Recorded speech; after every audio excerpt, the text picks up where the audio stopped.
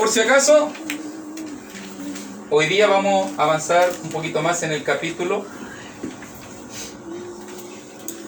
Hechos, capítulo 18.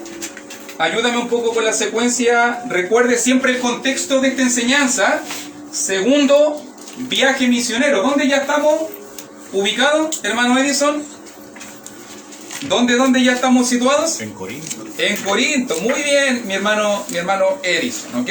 Recuerde que estamos en el segundo viaje misionero de Pablo y habíamos terminado con la aparición, con la visión, cuando Jesús se le aparece de noche, versículo 9. ¿Se acuerda que habíamos dicho las palabras de Jesús para Pablo? Por eso, por si acaso, aparecen en muchas Biblias con letra roja, porque son las palabras de Jesús para Pablo en un momento de dificultad. ¿Se acuerda todo lo que ya dijimos? No vamos a estar abundando eso. Avance la otra, por favor. Avance la otra. Y note que ya hemos visto la secuencia completa del viaje. Cómo comenzó todo en Siria, Cilicia, en Hechos capítulo 15. Allí comenzó el viaje. Después de eso, Derbe, Iconio, Listra, Galacia. Después Frigia, Galacia, Misia, Troas. Y después estuvimos ya en la zona de Filipos, Hechos 16. Tesalónica, Hechos 17. Berea, Atena, Hechos 17. Y llegamos a Corinto, Hechos capítulo 18, y vamos a estar terminando, si Dios lo permite, en Éfeso, por lo menos la primera pasada de Pablo, solamente por la ciudad de Éfeso, y cómo él regresa. Recuerde que la congregación base, donde Pablo siempre comienza y termina su viaje misionero, es Antioquía de Siria. Recuérdese que es la congregación que comenzó ahí en Hechos capítulo 11, centro del trabajo misionero del apóstol de Jesucristo. ¿Ok? Vamos a leer entonces el pasaje, a ver que tenemos bastantes personas para poder leer, y vamos a leer. Elías va a leer el 11, Matías Contreras 12, Jocelyn 13, Matías Vergara 14, Jessica 15, Yanina 16, Camila 17, Elenita 18, Lucas 19, Luciano 20, Elcita 21, Edison 22, mi hermanita Magali 23. Hasta ahí creo que es la lectura de hoy día. Comenzamos. Y se detuvo allí 1 año y 6 meses, enseñándole la palabra de Dios. Pero siendo Galión procónsul de Acaya, los judíos se levantaron de común acuerdo contra Pablo y le llevaron al tribunal, diciendo: Este persuade a los hombres a honrar a Dios contra la ley. Y al comenzar a hablar a Pablo, Galión dijo a los judíos: si fuera alguno agravio a alguno o algún crimen enorme, o judíos, conforme a derecho, yo os molestaré. Toleraré. Pero si son cuestiones de palabras y de nombres y de vuestra ley, vedlo vosotros, porque yo no quiero ser juez de estas cosas. Y los echó del tribunal. Entonces todos los griegos, apoderándose de Sóstenes, principal de la sinagoga, le golpeaban delante del tribunal, pero a Galión nada se le daba de ello. Mas Pablo, habiéndose detenido aún muchos días allí, después se despidió de los hermanos y navegó a Siria, y con él Priscila y Aquila, habiéndose rapado la cabeza en Sincrea, porque tenían esos votos. Primero se detuvieron en el puerto de Éfeso, donde Pablo dejó a los demás mientras estuvo en Éfeso. Fue a la sinagoga para razonar con los judíos. Le pidieron que se quedara más tiempo, pero él se negó. Sino que se despidió de ellos, diciendo: es necesario que en todo caso yo guarde en Jerusalén la fiesta que viene, pero otra vez volveré a vosotros, si Dios quiere. Y zarpó de Éfeso. habiendo arribado a Cesarea, subió para saludar a la iglesia y luego descendió a Antioquía. Y después de estar allí algún tiempo, salió recorriendo por orden la región de Galacia y de Frigia, confirmando a todos los discípulos. Muchas gracias, hermanitos, por ayudarnos en la lectura. Note bien que Pablo, ¿cuánto tiempo estuvo Pablo trabajando en la ciudad de Corinto? Dice allí versículo 11. 1 año y 6 meses, 1 año y medio. Note que es uno de los tiempos más prolongados de Pablo dentro del trabajo. Parece que la ciudad donde trabajó más fue en Éfeso, que vamos a ver en el capítulo 19, que estuvo 3 años. Pero Pablo estuvo 1 año, 1 año y medio. Necesitaba tomar apuntes, hermano. Voy a sacar el cortón. Entonces, estuvo 1 año y medio y note lo que estamos diciendo. La situación era difícil, la ciudad era complicada. Dijimos que Corinto era la cuna del pecado para los griegos. Corintiar era sinónimo de fornicar en ese lugar. Y jovencita, muchacha corinta, era un apelativo para llamar a las prostitutas. O sea, era una ciudad bastante entregada en cuanto al pecado. Y aún así Pablo se detiene allí más tiempo. Lo que dijimos la clase pasada, es increíble que en Atenas, donde hay mucha cultura, donde la gente se siente más refinada, donde la gente se siente más buena, más correcta, muchas veces el evangelio no impacta tan poderosamente como en los lugares donde la gente es mala. Es increíble cuando nosotros mirábamos la clase pasada la descripción de Corinto, cómo habían borrachos, ladrones, idólatras, fornicarios, adúlteros, afeminados, homosexuales, y la congregación se componía de todas estas personas que llegaron a los pies de Cristo y cambiaron su vida en el Señor. Siempre donde hay más necesidad, muchas veces donde hay más pecado, muchas veces es donde el evangelio más impacta profundamente. Pero nota que la congregación fue próspera. Recuerde que dijimos versículo 8 que Crispo, el principal de la sinagoga, Pablo comenzó a predicar allí la palabra. Recuerde que un hermano llamado Justo, que vivía al lado de la sinagoga, le prestó la casa a Pablo, alojó a Pablo para que comenzara a enseñar. Al final, la obra crece.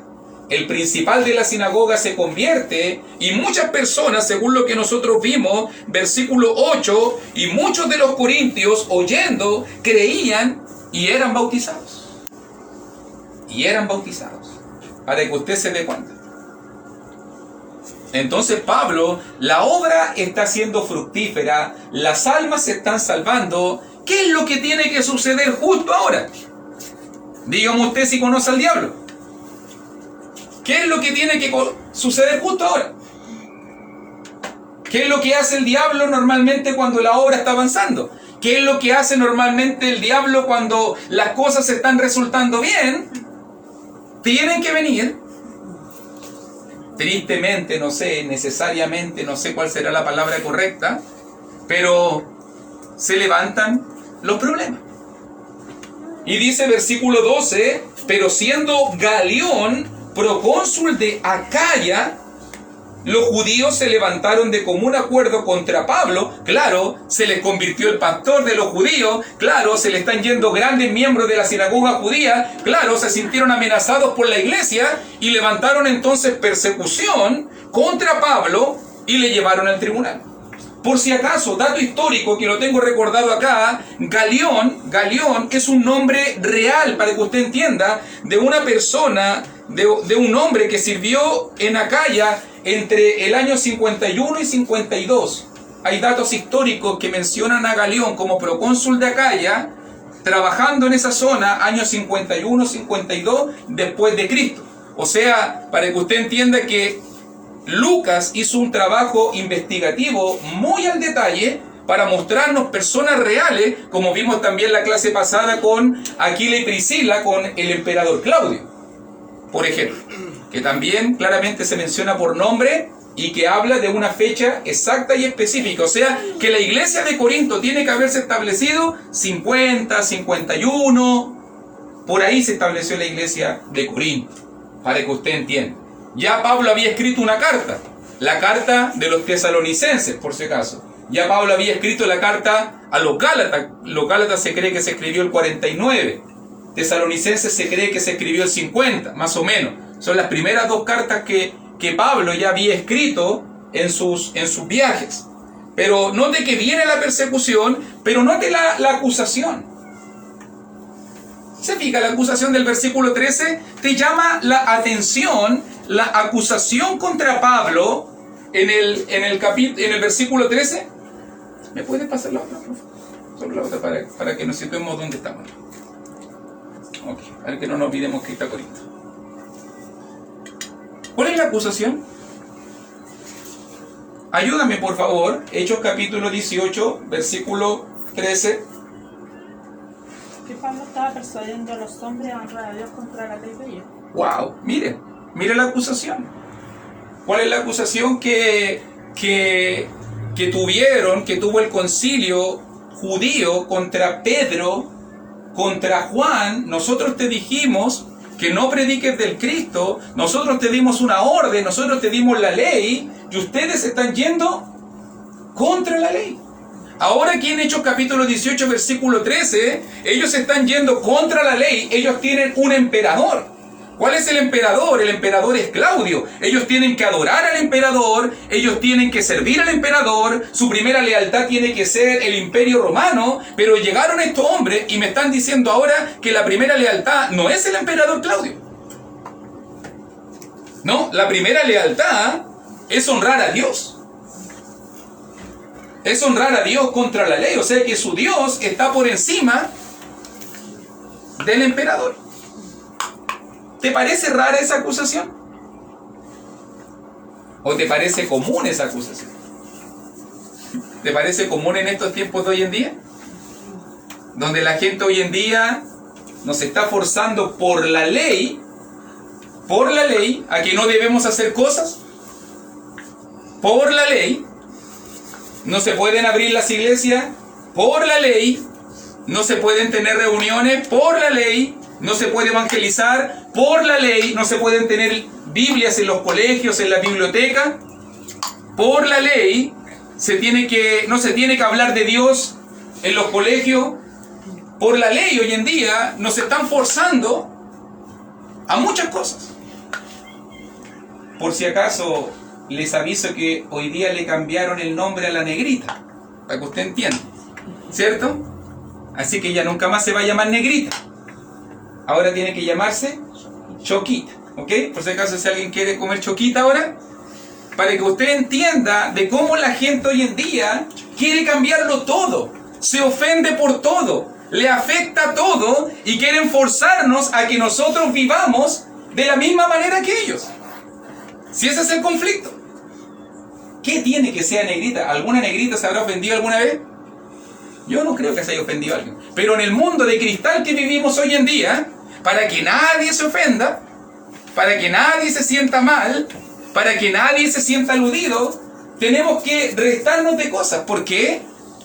Es que hay que ser prudente, hay que ser cuidadoso. ¿Cuál es la frase que dicen por ahí? No hay que ser irresponsable, es que vivimos en tiempos de pandemia. Pero nota que los cristianos ya en ese tiempo tenían esa acusación. Ya en ese tiempo eran juzgados y criticados porque no se sometían a la ley. Entonces me pregunto yo, ¿por qué hoy día hay mucha gente que quiere que nos sometamos a la ley del hombre y no nos preocupamos de someternos a la ley de Dios? Por lo menos Pablo le hubiese dicho a Galión y le hubiese dicho a todos los galeones de hoy en día, hay que guardar primero la voluntad de Dios, Hechos 5:29, antes que la voluntad de los hombres.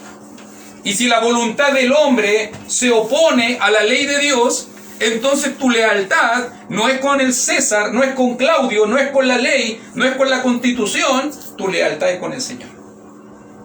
Eso es lo que hacen los cristianos. Nuestra lealtad está con el Señor. me llamó la atención, lo marqué en mi Biblia, dije, qué increíble que las acusaciones del diablo, o sea, el repertorio es el mismo. A los cristianos siempre se les ha acusado de lo mismo.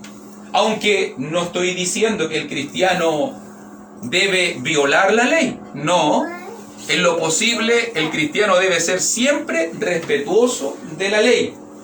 Hasta que la ley se oponga a Dios. Esa es la única salvedad.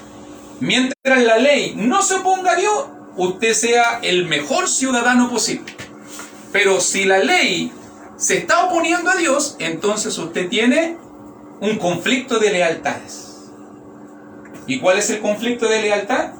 ¿A qué rey sigo? ¿Bajo qué emperador quiero vivir? Y ahí el cristiano tiene que tomar una sola decisión. ¿Cuál es la decisión? Seguir bajo nuestro emperador. ¿Cuál es nuestro emperador?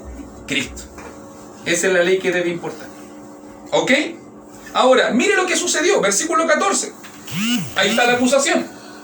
Y al comenzar Pablo a hablar, Galión dijo a los judíos: si fuera algún agravio o algún crimen enorme, oh judíos, conforme a derecho, a la ley, yo los toleraría. Pero si son cuestiones de palabras y de nombres y de vuestra ley,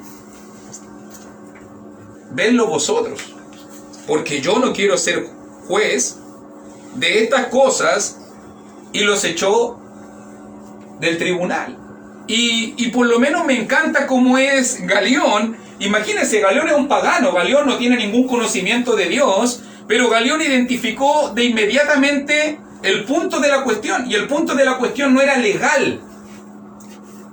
El punto de la cuestión era especulativo en cuanto a la ley. ¿Cierto? En cuestión de la ley. O sea, es como que si hoy día podamos conversar, queremos o no queremos reunirnos, y alguien dijera, es que la ley dice, bueno, te lo digo yo, estamos en fase 3, fase 4, la ley te dice que te puedes reunir. No hay ninguna prohibición en este momento de aforo para reunirse. Por lo menos en esta ciudad, fase 3, en la que hay fase 4, no hay ninguna prohibición. O sea, estate tranquilo, no vaya a ofender la ley. Entonces ahora es solamente la interpretación que tú quieras darle, tu entendimiento espiritual a la cosa. Y eso fue lo que Galión hizo. Esta cuestión ni siquiera es legal. Porque la ley misma autoriza. La ley misma dice lo que es correcto. Y pregunto por si acaso, y si la ley, y eso tenemos que empezar a decirlo los hermanos, si la ley nos está diciendo que ahora es seguro, con los métodos correctos, con la distancia social, con la mascarilla y con todo lo demás, si la ley nos está diciendo que se puede hacer, se puede ir al cine, se puede viajar en avión, lugares donde uno está aglomerado, se puede ir al teatro, se puede ir al estadio, porque va a comenzar el aforo, ¿se podrá ir a la iglesia? ¿Cuál sería la prohibición? Ni siquiera la ley lo prohíbe, por si acaso. Para que alguien sepa de que diga, oh no, sí, la ley no lo prohíbe, por si acaso. Para que usted entienda que ahora incluso cuando alguien diga la ley, ya no es el argumento de la ley. Galión diría, no, esta cuestión no es de la ley. Esta cuestión es de tu interpretación del asunto, de cómo tú quieres verlo. No ya de lo que es legal o no es legal. Y Galión dijo, ¿sabe qué? Yo no voy a juzgar esas cosas. Vayan a discutir ustedes sus cuestiones religiosas en su ámbito de religión, pero lo legal es lo legal y a mí esto no me compete. Entonces, note que pasó algo. Mire, los judíos estaban incitando a Pablo, los judíos estaban acusando a Pablo, y de repente se dieron cuenta que estaban puro perdiendo el tiempo. Tiene que haberse sentido súper frustrado. Queremos atacar a la iglesia, queremos atacar que la iglesia ya no siga predicando, que la iglesia no siga creciendo en Corinto, que la iglesia no siga avanzando, y Galión lo echa todo. ¿Qué hacemos? ¿Quién fue el que hizo la acusación? Verso 17. Sóstenes, por si acaso, porque sostenes son lo que usan las mujeres, por si acaso, digo yo, ok, Sóstenes, ¿cierto? El hermano Sóstenes. O aquí, Sóstenes, un judío principal de la sinagoga. O sea, ¿te llama la atención algo? Desde el 18:8 al 18:17 cambiaron de trabajador. El principal era Crispo, chuta, se bautizó Crispo. Lo perdimos. Se bautizó el pastor de la iglesia. Bueno, ponemos otro pastor. ¿Cómo se va a llamar este pastor? Sóstenes. Por si acaso, para que te rías. Primera de Corintios capítulo 1. Busquen. Por favor, un poquito. Primera de Corintios capítulo 1. Versículo 1.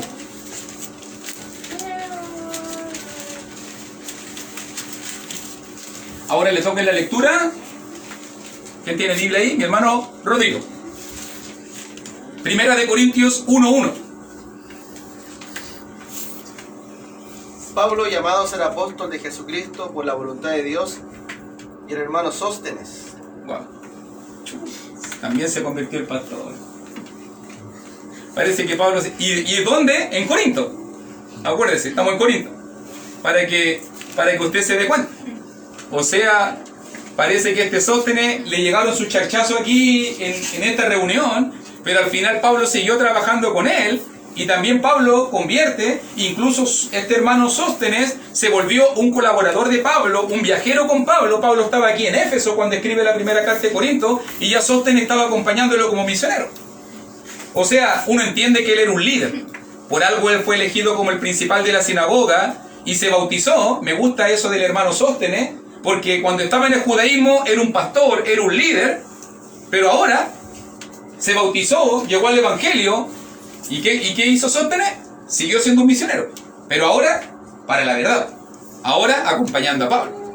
O sea, entendemos que este hermano era de una sola línea, porque a veces sucede, no sé por qué pasa, que a veces hay personas que cuando estaban en el denominacionalismo eran pero súper comprometidas, eran súper participativas, lo daban todo por la obra de Dios, y conocen el evangelio y se bajonearon, y se fueron y se le acabaron los dones. Se le fue el show y se le acabaron los dones. Pero por lo menos el hermano Sóstenes te diría, tú tienes que servir con la misma intensidad, ya sea en el error y mucho más en la verdad. Mucho más en la verdad. Eso fue lo que hizo. Te lo quería mostrar solamente para que lo viera por si acaso. Y por si acaso, fíjese la linda congregación, estuve mirando y son tremendos los hermanos. Mire por ejemplo, en Romanos 16, ahí donde está, mira, quiero mostrarte algo, porque esto va a ser radical en cuanto a la obra en Corinto, porque recuerda que ya se bautizó Crispo, recuerda que también ahora Sóstenes se está mencionando como un hermano fiel. Mira por ejemplo en Romanos 16, 23. Y en Romanos 16, 23 ahora, mi hermano Víctor me va a ayudar. Romanos capítulo 16, versículo 23.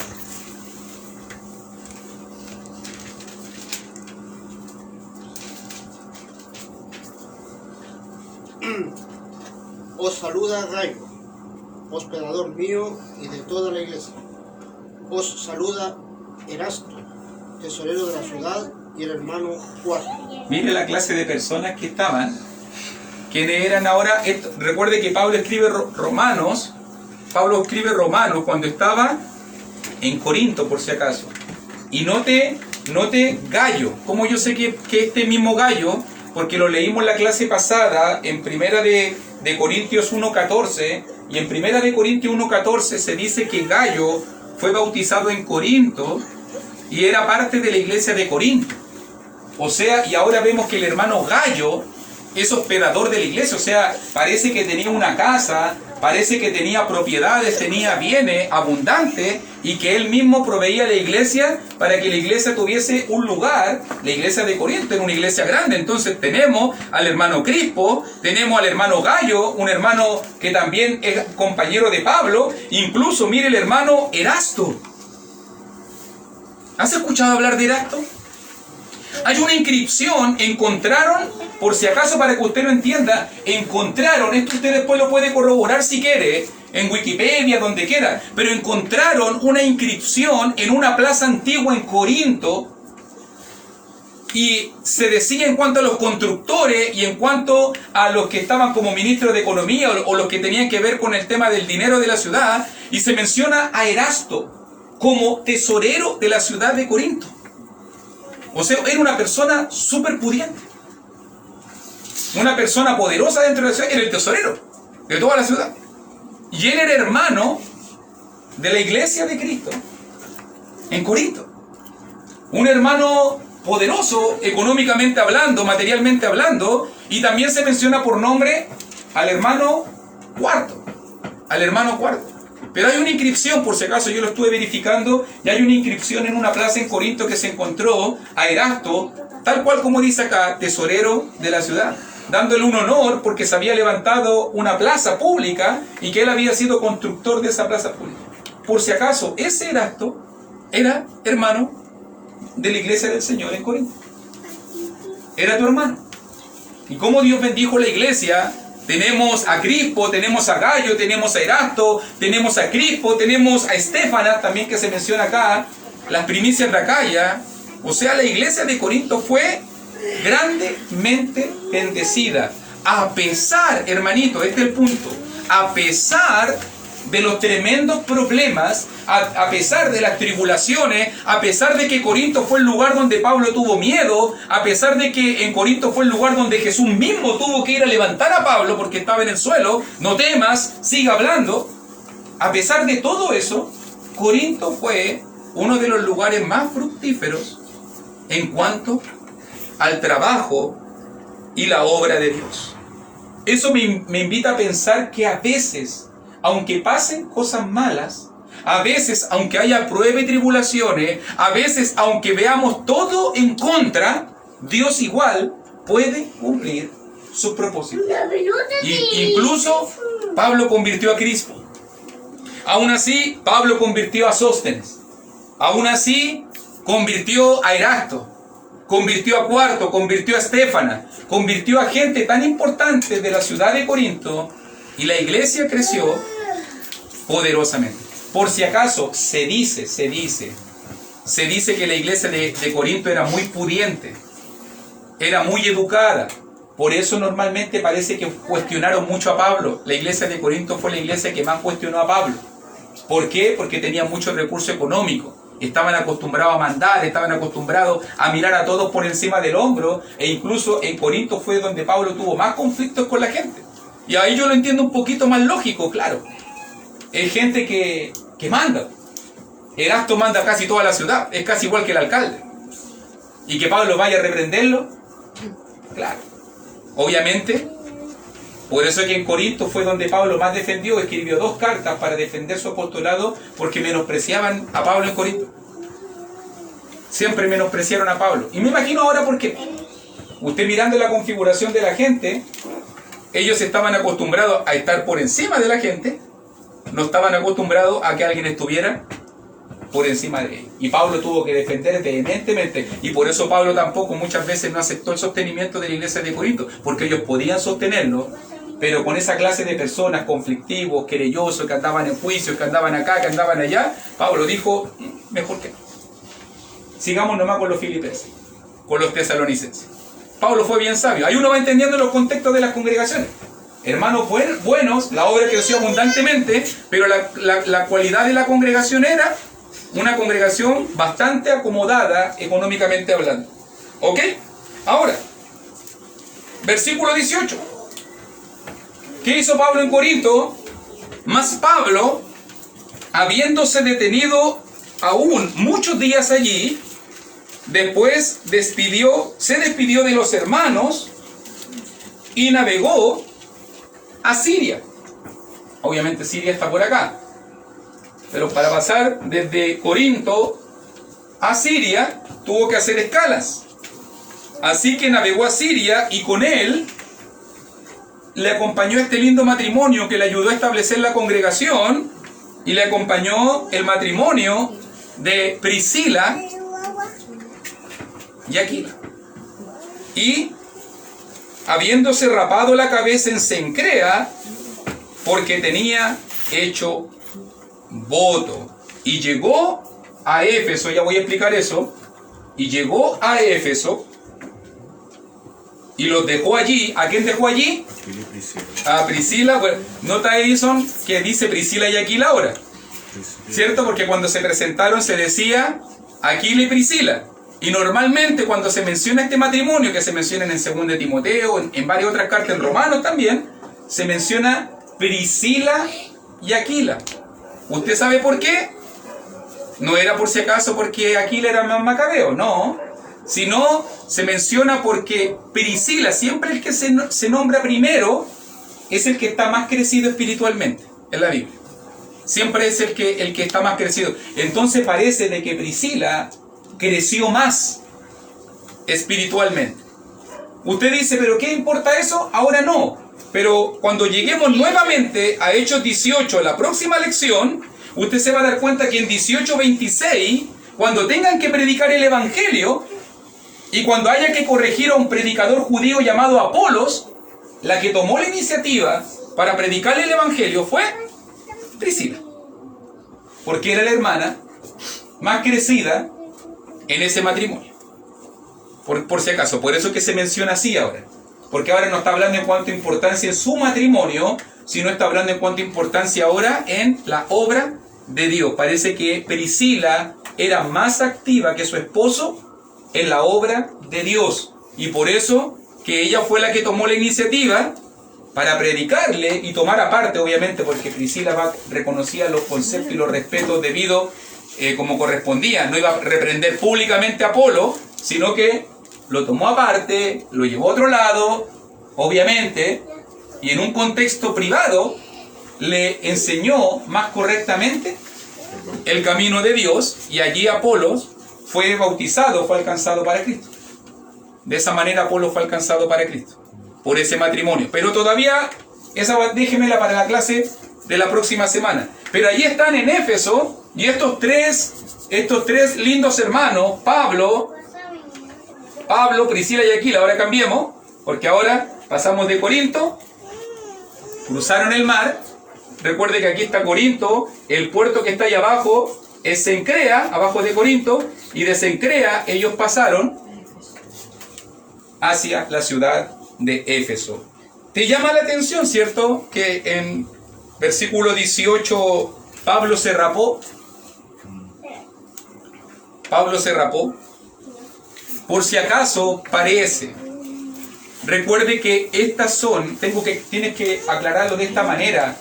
Pablo siempre predicó que la ley de Moisés no nos hacía salvos.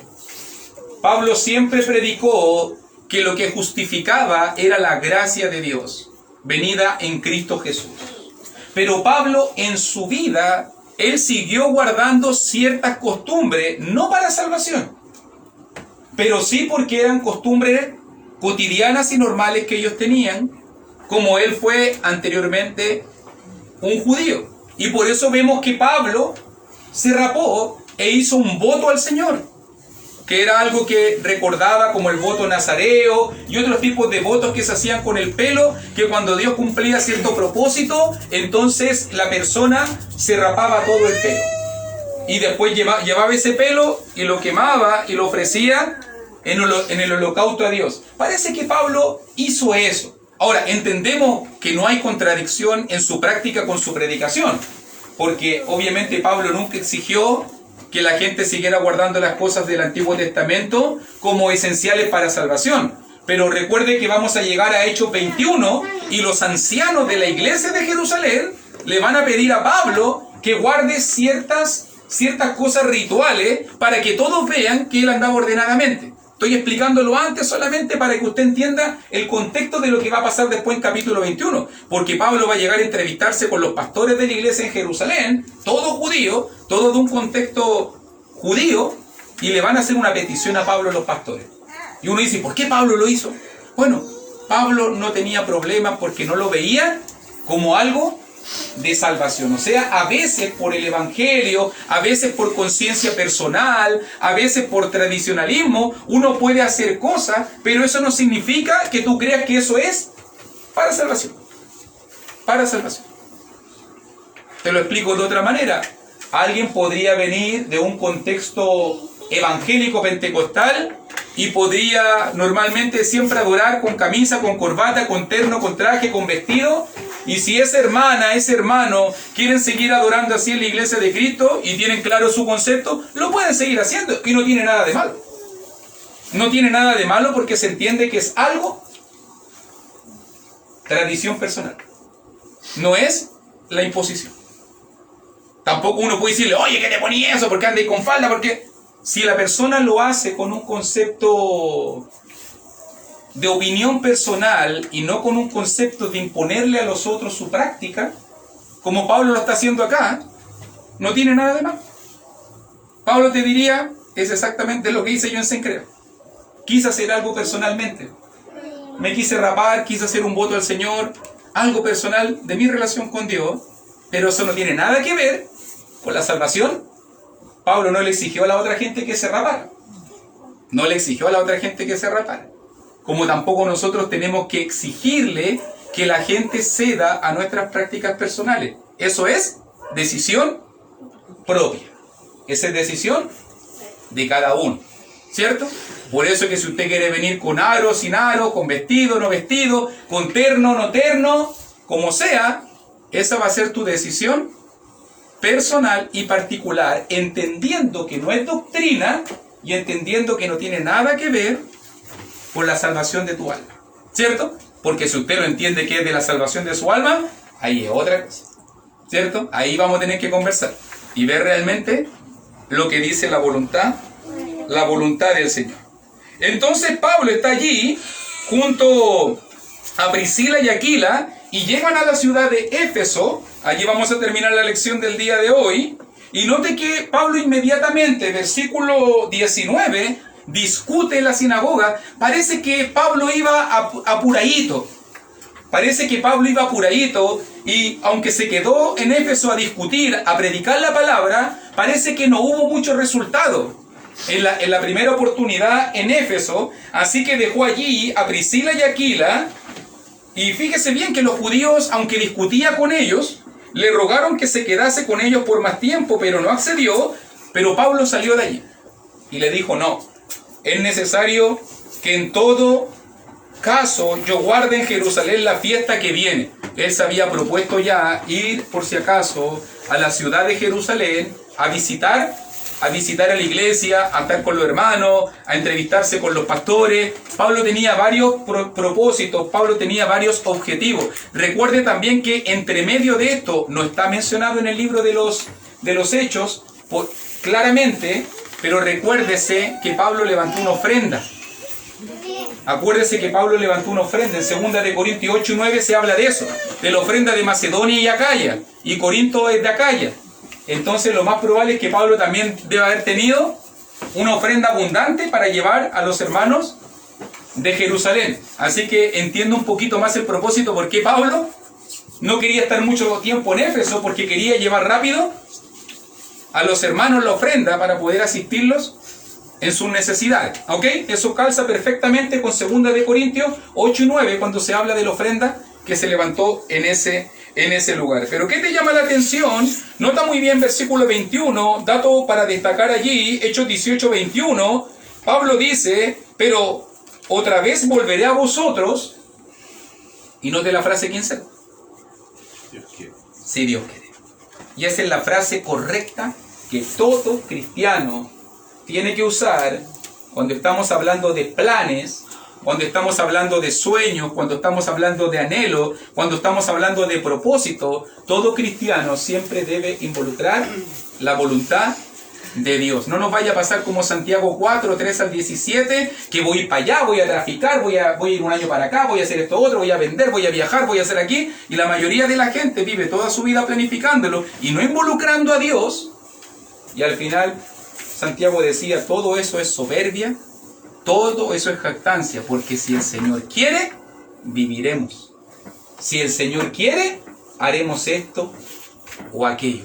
Pablo entendía que aunque él tenía planes y proyectos legítimos y lícitos, al final sus planes y proyectos tienen que siempre ser supeditados, tienen que estar sujetos a la voluntad de Dios.